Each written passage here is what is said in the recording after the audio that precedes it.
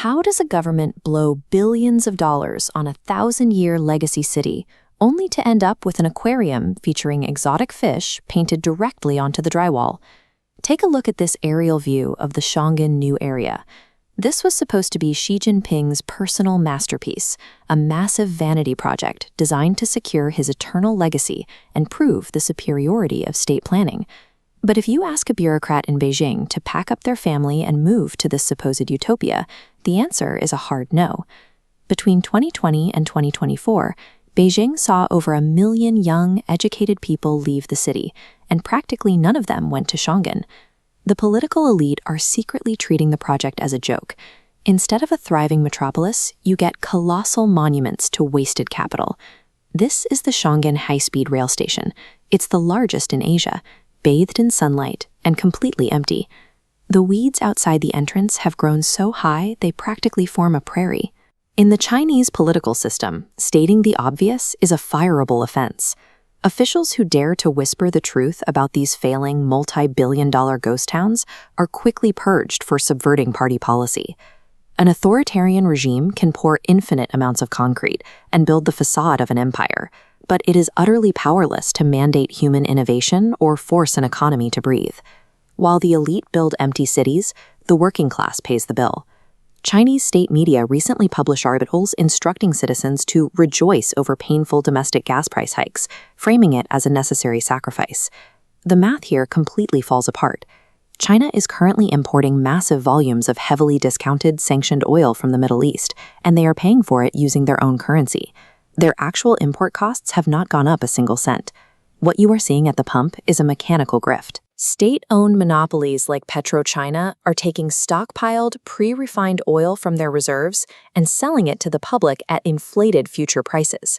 They are price gouging their own people to cover their systemic inefficiencies. Other nations release strategic reserves to ease the financial burden on their population. Here, the government refuses, leaving regular citizens to queue up in the middle of the night just to save a few dollars before the next arbitrary price hike hits. The CCP survives by transferring the financial cost of its gross incompetence directly onto the shoulders of its most vulnerable citizens. While Beijing struggles to force its citizens into ghost towns, a highly integrated, lethal alliance is forming on the global stage. Two tiny, embattled democracies, Taiwan and Israel, are quietly merging their technological ecosystems. Israel brings unparalleled, combat-tested air defense to the table. Systems like the Iron Dome operate on a multi-layered grid that tracks ballistic trajectories and calculates intercept points in a matter of milliseconds. But those interceptors need serious computing power to function. Taiwan supplies the exclusive sub-7 nanometer advanced microchips, the microscopic brains absolutely required to make Israel's high-tech defense systems lock onto a target. The trade flows both ways. Israel's elite Unit 8-2000, their premier military cyber warfare division, shares its artificial intelligence detection tools with Taipei. This intelligence layer helps shield Taiwan's critical infrastructure from the daily barrage of CCP hackers. This creates a continuous global strategic warning web. Both nations can monitor authoritarian movements from the Pacific to the Mediterranean. Their 10,000-kilometer separation is a massive strategic asset.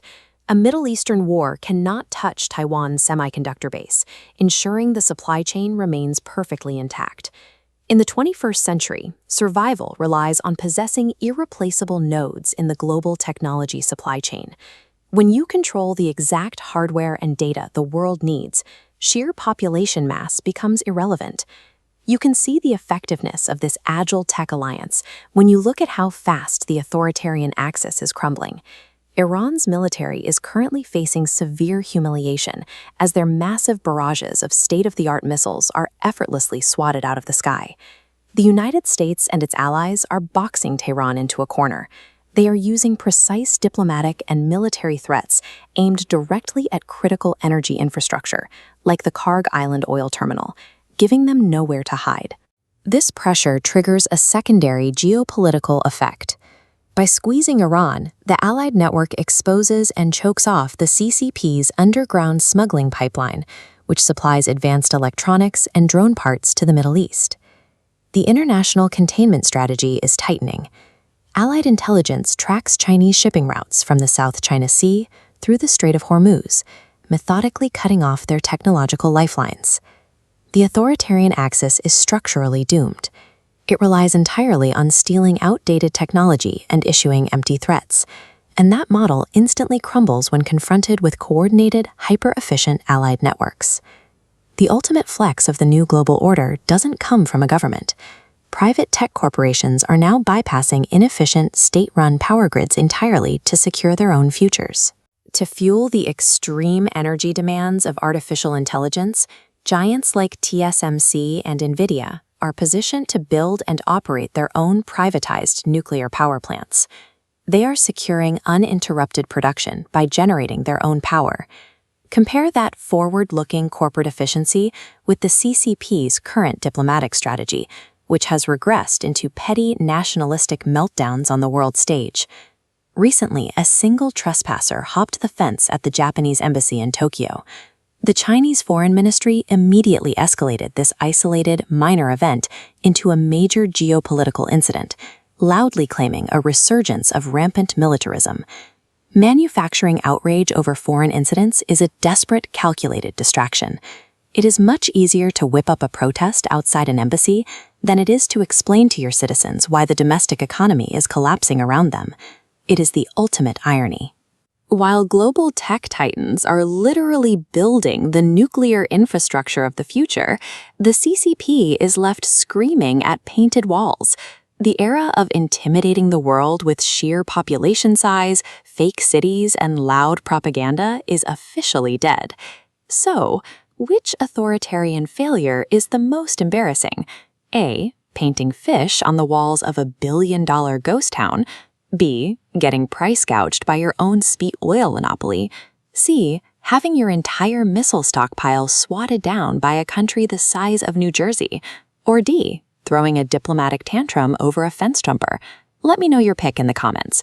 In the modern street fight, true power belongs to the pragmatic and the technologically indispensable. The loudest dictators are just noise.